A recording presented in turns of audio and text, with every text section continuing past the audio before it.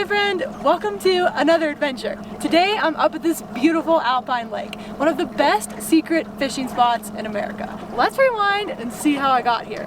Then we're gonna do some fishing. One of the most pristine lakes west of the Rockies. Watch out for the log! Discovered in the mid-1800s. A glacial lake sitting at around 7,000 feet. Interestingly enough, this entire watershed area nearly became the site for a ski and lake resort developed by Disney back in the 1970s. Ding, ding, ding, ding, ding. Driving through the forest, and you come along this odd spot. Not only does it deliver reception, also delivers all your problems. So wave politely and say goodbye to those problems. Onward to the lake.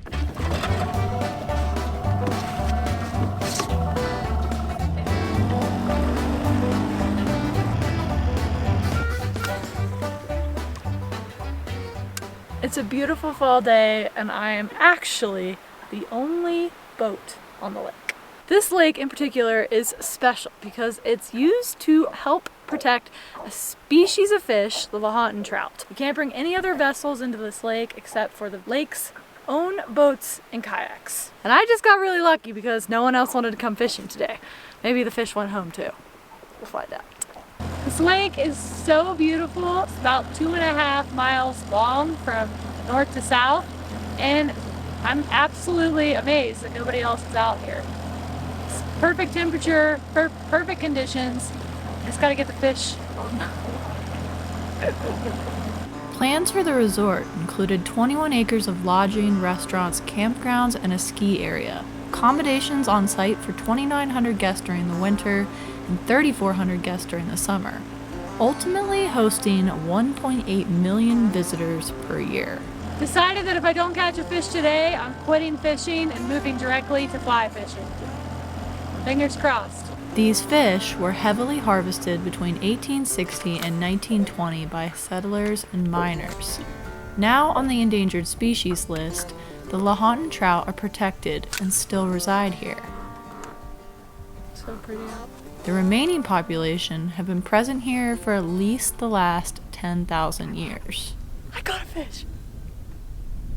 I got a fish! I got a fish! Oh my god! I got a fish! Oh my god! Just lost him. After extensive environmental testing and pushback, Disney's plan fell through due to regulatory issues with the state and government. So far, I've caught one small fish. Unfortunately, he got off the hook before I could get him inside the boat, but I'm hopeful that I can hook another. Heading into this cove over here where it's a little bit more shallow. Otherwise, I'm enjoying this beautiful weather. Onward to the cove! I see a duck! Thankfully, the area remains open today, undeveloped and beautiful. Another jewel of the Sierra. So I made it over here because I figured that's where all the fish would be, under all these like bushes and logs. And guess what? There's a lovely sign. No fishing beyond this point. Sounds like a little fishy to me. It's a conspiracy. It's a fishery. So that must be where all the fish are. I'm gonna fish around here though. See if I can get some of the perimeter fish. I had to bust out the lucky suit. I call it the piranha suit because if I throw myself in the water, I'll definitely get a couple bites. This is a free boat, by the way, which is amazing. The only catch is that you have to have the boat back by 2. So I only got a couple casts left. May I add that I am using a spinning lure today. No bobbers, no live bait. See the flashy spinning lure? I read all your comments. Apparently I'm a child fishing in the 50s with a bobber. And I did have good luck today. 2 fish hooked, just none in the boat. I did have to use barbless hooks here, so that might be why. That definitely makes it a lot harder. Any tips on making sure they don't escape my hook? He's literally... I don't know where he went. Well, would you look at that? Another day fishing, no fish. Granted, you're not allowed to keep any lahontan trout from the lake anyways, and I'm just happy it was a beautiful day. So many frogs. These are my favorite frogs. It's a Friday afternoon right now. There are 3 empty free boats behind me. See, 1, 2, 3. I gotta get one of these boats. And in a pristine lake with nobody on it. Somehow this equation just doesn't add up. Let me give you one last beautiful view. A fisher's paradise. And to think, we almost lost this little slice of heaven. Okay, time to go fly fishing. Just kidding. Not yet. I don't give up that easily. Well, it's day 2 of fishing on the lake, and as you can tell, the weather has changed drastically. One day it's beautiful, the next day it's stormy and windy. I haven't gotten any bites today, and it's really cold, so I'm thinking I'm going to move down the mountain, find a warmer place to fish, and move this adventure elsewhere. I guess it's just not in the books for Hannah today. Back to the truck camper! I'm so excited. That was fun. Time to head to a warmer spot. I just don't think I'm meant to be a fisher. I've decided. There's like a vendetta against me. The National Underwater Fish Association is saying we're boycotting Hannah. Avoid her lines altogether. This is how it works. You gotta share the road.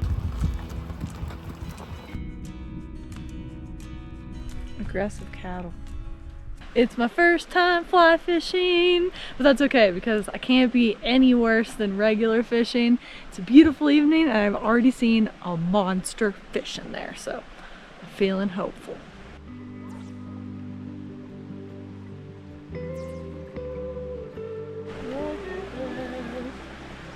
I got new face on.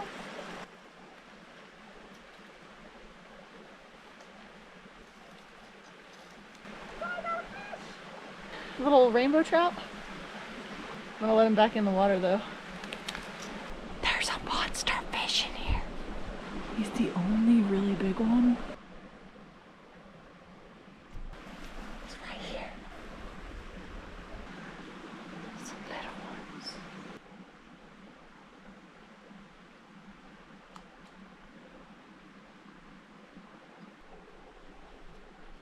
Well, this is Hannah reporting from the side of the creek. I can't get him to bite anything. I think he wants a grasshopper. Something juicy, fresh out of grasshoppers. I don't think it's gonna happen tonight. All the little guys are falling for it, but not this big guy. It's a big monster sucker. Right there. I fished for a while longer until it got dark, enjoying some peace and quiet.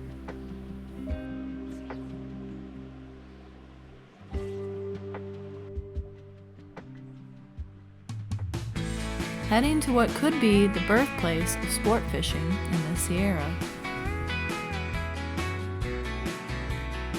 Welcome to my camp spot. Apparently there's no dispersed camping in this area, so I had to find a spot in a campground. And I found a spot. It's not right next to the lake, but it's still got a nice little fire pit, picnic table, and a bear box, which means whatever I make for dinner can't be too tasty, or else I'll end up in there. On the way in, it says no campfires. Guess I'm gonna have to just get creative and make something inside the camper tonight.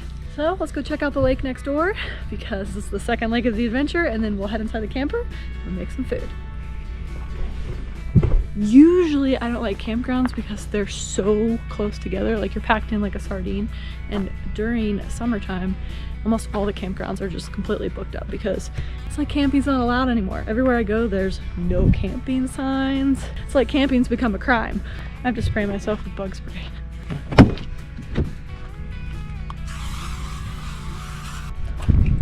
It's kind of annoying. I have manual locks. I have to lock all my doors manually. I got the most basic work truck I could get when I got this thing. Manual windows, manual locks. Sometimes you just gotta get the best deal you can. And at the time, that's all I could afford. Check out this hotel behind me. This is an old mining era hotel that is no longer in use, but it's right on the lake. I imagine the miners would stay at this hotel. Maybe they even went fishing for a line in the water. Hopefully they were more successful than I am. A man stocked this lake and built a hotel on the shore in 1860. The stop was a favorite along the Hennis Pass, one of the preferred routes over the Sierra for miners, stagecoach, and freight haulers during the gold rush, until the first transcontinental railroad was complete in 1868. This was sold in 1870 to a family that ran it as a private fishing camp for 100 years. Trophy-sized trout were once pulled out of it. Today, the lake is open to the public with a campground to boot. The hotel still stands. Hi, Chuck. How? Are we in focus? Good, because I'm about to make some pizza. Tonight, I'm making a derivative of pizza. It's very quick and easy. I would, or planned on using a campfire to make dinner tonight, but moving to something more creative that I can whip together really quick. I always come prepared for pizza. I hope you enjoyed the lakes today and a little bit of the history. I'm so thankful that the area was not taken over by a huge conglomerate, commercialized, ripped down, and completely turned 180 degrees from an area at the time that didn't even have a stoplight to becoming an area that had like 1.8 million visitors a year. Talk about a drastic change in lifestyle. And on that note, another great thing is, I think the conspiracy's over. Catching fish again. I must have gotten on their good side. I am having a really good feeling about fly fishing. Stay tuned for another fly fishing video as I get more experience and some lessons. Let's get into the pizza making. There we go. Guess what? I found this handy dandy paring knife. It had fallen through my silverware onto the heater. Safe, right? Having a knife right next to your gas line. Just gonna stick some pepperoni down. I'm gonna add some sliced mozzarella right on top. So we want the cheese to get nice and bubbly and soft. And take this guy, stick this guy right on top. Woo! Till it gets brown on the other side. Next, add a little bit of pizza sauce, some Italian seasoning. Just gonna roll this up. Oh yeah, look at that. Let's give it a try. Here we go. Cheers. Woo. I just spilled pizza sauce. Who would think that a tortilla pizza roll would be this delicious? I'm gonna finish eating my pizza roll, clean up, and get some rest. Prepare for my next adventure. Don't miss my Halloween special coming up, so make sure you hit that subscribe button, and I'll catch you next time.